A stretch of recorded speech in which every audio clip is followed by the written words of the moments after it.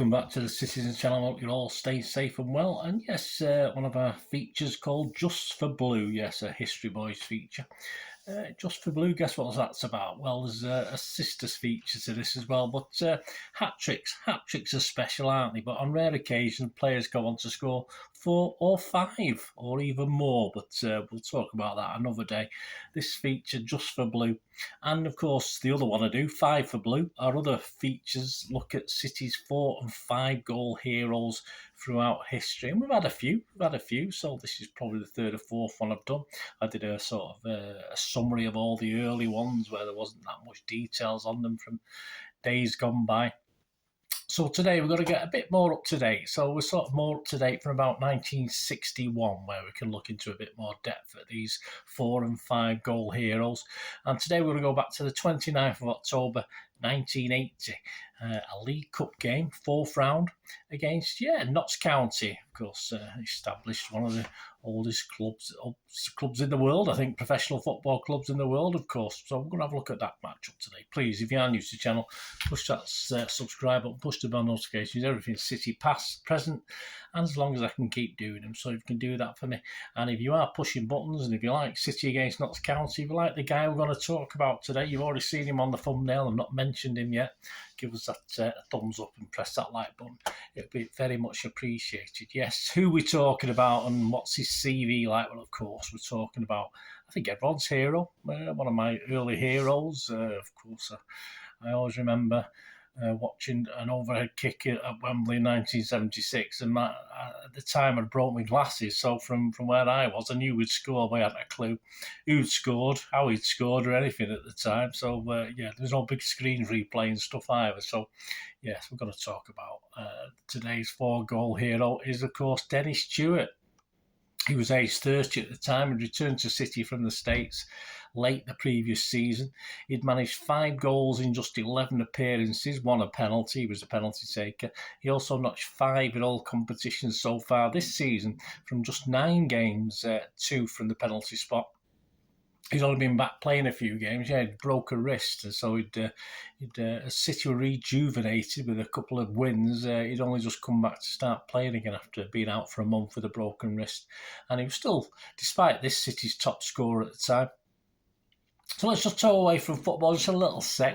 Just to give us I like to do this from time to time. What's happening in the UK in October 1980? Well, Woman in Love was the UK #1 single, signed by Barbra Streisand. And if you look at the albums, used to come albums in those days. Younger watchers probably won't know what the hell I'm on about. But yes, Zenyatta Mondata, remember that? By The Police was the #1 album in the charts.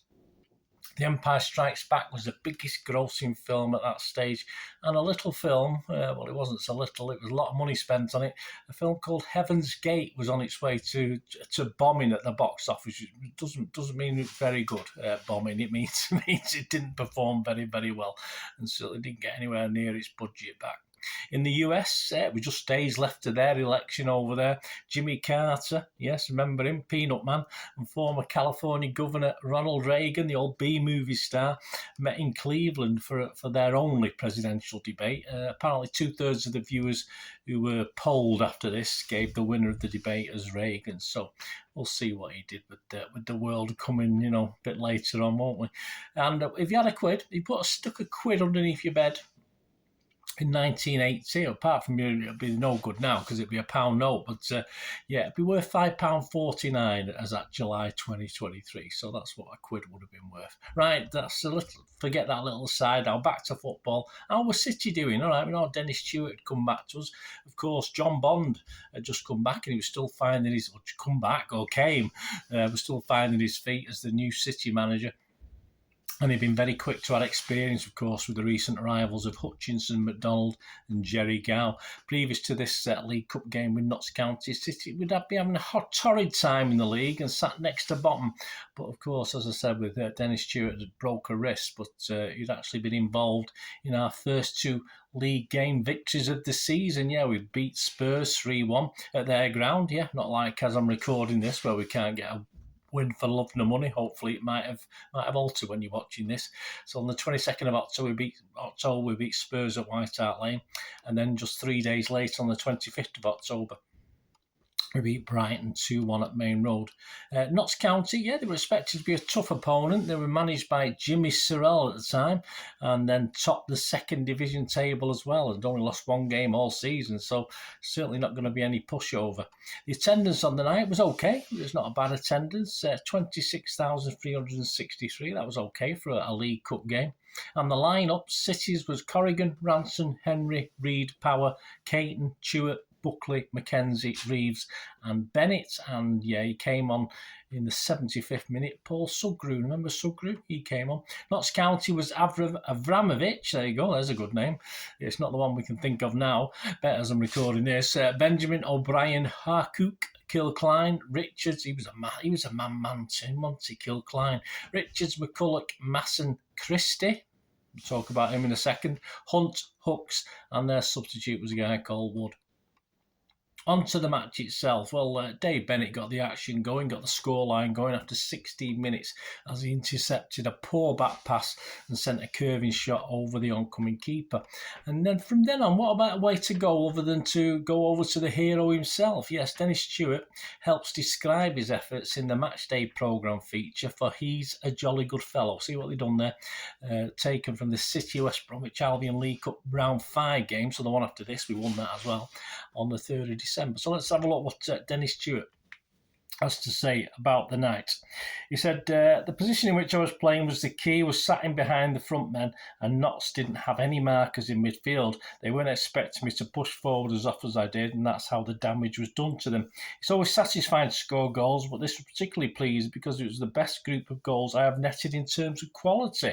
In the past with hat-tricks, there's often been a penalty among them, but in this match there was a left footer, a half volley with the right, a run beating a couple of players before shooting, and a run with a finish for the fourth. I was delighted with the variety. So were we, mate. I was there last night. That night, I was there that night. Perfect angle. The goals were all gems, apparently, and they rocked Notts back on their heels. Yeah, they were gems. Let Dennis describe. So let's Dennis describe. Well, his first goal and City's second was the 44th minute. He said, the first was the best from my point of view and probably the best for the fans. Young Gary Buckley did ever so well in slotting me a nice square pass right in the centre of County's half. I was on my own and heading for goal when I saw Kevin Reeves make a great angle for me. He opened it up perfectly. It was all credit to him doing this that the goal became a possibility. I pushed the ball to him. He made a perfect return pass as I continued through, and just inside the box, I hit it home. So it was 2-0 at half time. Into the second half, the 57th minute, back to Dennis Tueart. We had a throwing down the right, level with the Notts penalty area. Dave Bennett had been over there when then Kevin Reeves went to receive the throw from Ray Ransom. I drifted into the penalty box while attention was out there. Ray threw to Kevin, and then Dave got the ball and a chance, but his shot was blocked, spun over high to me, and I caught it on the half volley to score. Yeah, and County pulled one back very quickly after that, apparently, within a minute. Apparently, I can't remember all that way back, guys. Pulled it back quickly from a corner. A guy called Trevor Christie. He would actually come and play for us, Trevor Christie. He actually put County back into it to make it 3-1. So we'll go back to Dennis Tueart. He stayed that score until the 82nd minute. He said Paul Sugru did very well. He'd come on as a substitute for the third one, our fourth goal of the night. He won the ball on the halfway line with a solid tackle on the Notts left back. Steve Mackenzie jumped on the loose ball and played a great early pass through to me down the inside left channel. I managed to get inside their fullback and brought it back again before hitting it in. And then on to the 85th minute and the final goal of the night, and Dennis Tueart's fourth goal, of course, a hat-trick plus one. Once I'd got my hat-trick, I was convinced that would be it for the night, particularly with it coming so late in the match. But we're on the attack again. I was hauled up half-side. They took a free kick from Rashid Karkuk in the right-back position. We talked about the Notts back four playing it around amongst themselves, sometimes dangerously. Before Pep was around, this, isn't it? This was a shock during our pre-match brief. So I dropped back to invite them space to do this, but preparing myself to time a run at the ball if they did fiddle it. Fiddling around with it.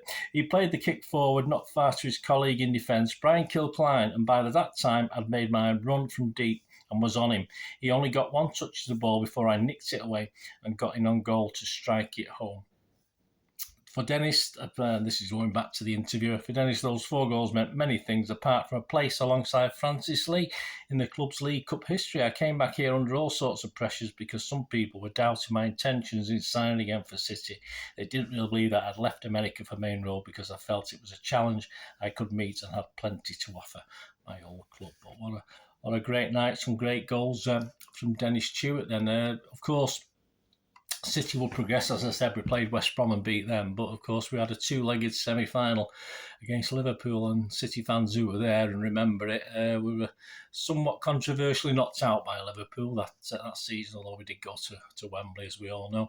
Tueart's season, that took Tueart's total at that point in time to a remarkable 14 goals from just 16 appearances since he'd returned, and that was 9 from 10 games for this season. So not bad, although he didn't quite keep up that ratio. No, this season he would total 12 goals, so he only had another 3 goals in 28 appearances and 2 as substitute. But he was still City's second highest goal scorer, behind one Kevin Reeves, that season.